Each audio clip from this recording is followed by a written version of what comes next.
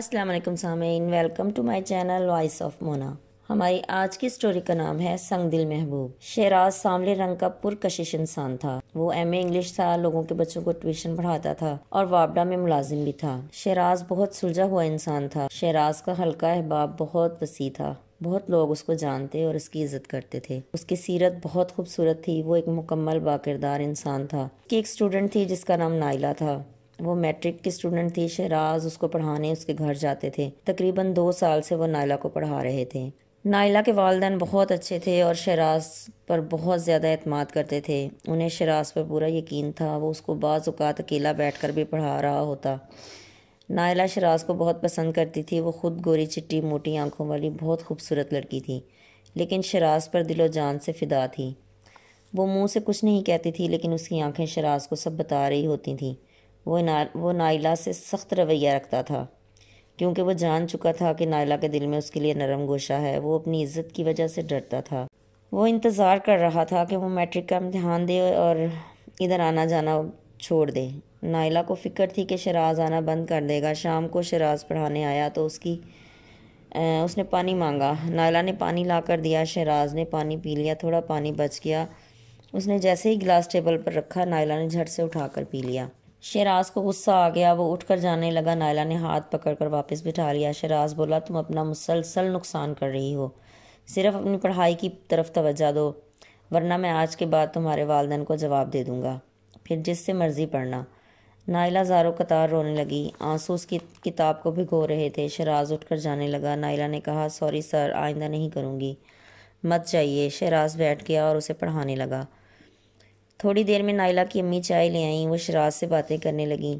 اس طرح یہ سلسلہ جاری رہا۔ جیسے جیسے شیراز اس کو ڈانٹتا، وہ ویسے ویسے نائلہ کے دل میں جگہ بنتی جاتی۔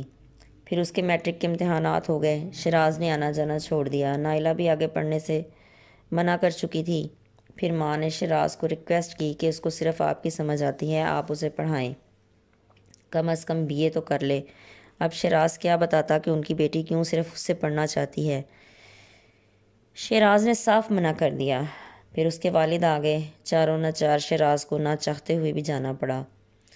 اسے دیکھ کر نائلہ بہت خوش ہوئی اور دل سے پڑھنے لگی۔ شیراز بہت پریشان تھا۔ وہ جانتا تھا کہ وہ واجبی سی شکل و صورت کا انسان ہے۔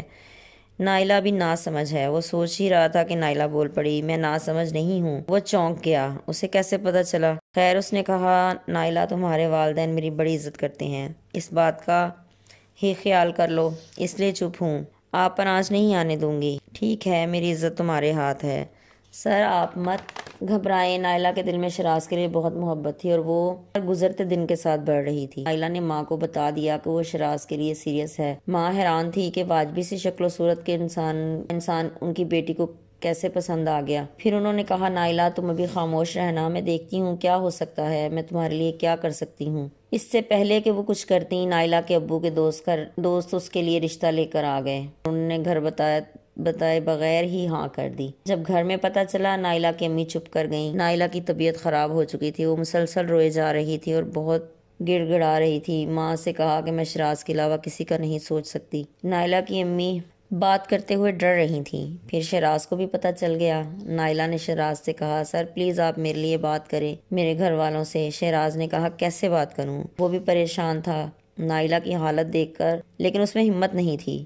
پھر نائلہ نے سب سے نا امید ہو کر نیند کی گولیاں کھا لیں۔ اسے ہسپتال لے گئے۔ جب نائلہ کے ابو کو بھی پتہ چل گیا، ایک نیا ہنگامہ کھڑا ہو گیا۔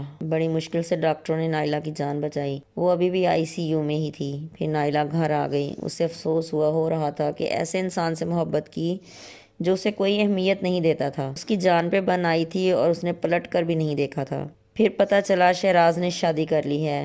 نائلہ کو کافی عرصہ لگ گیا اس کو بھلانے میں۔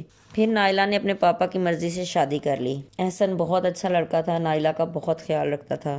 نائلہ بھی خوش تھی۔ احسن بہت خوبصورت تھا اور نائلہ کا بہت خیال رکھتا۔ جیتے رہیے، خوش رہیے۔ ملتے ہیں اگلی کہانی کے ساتھ۔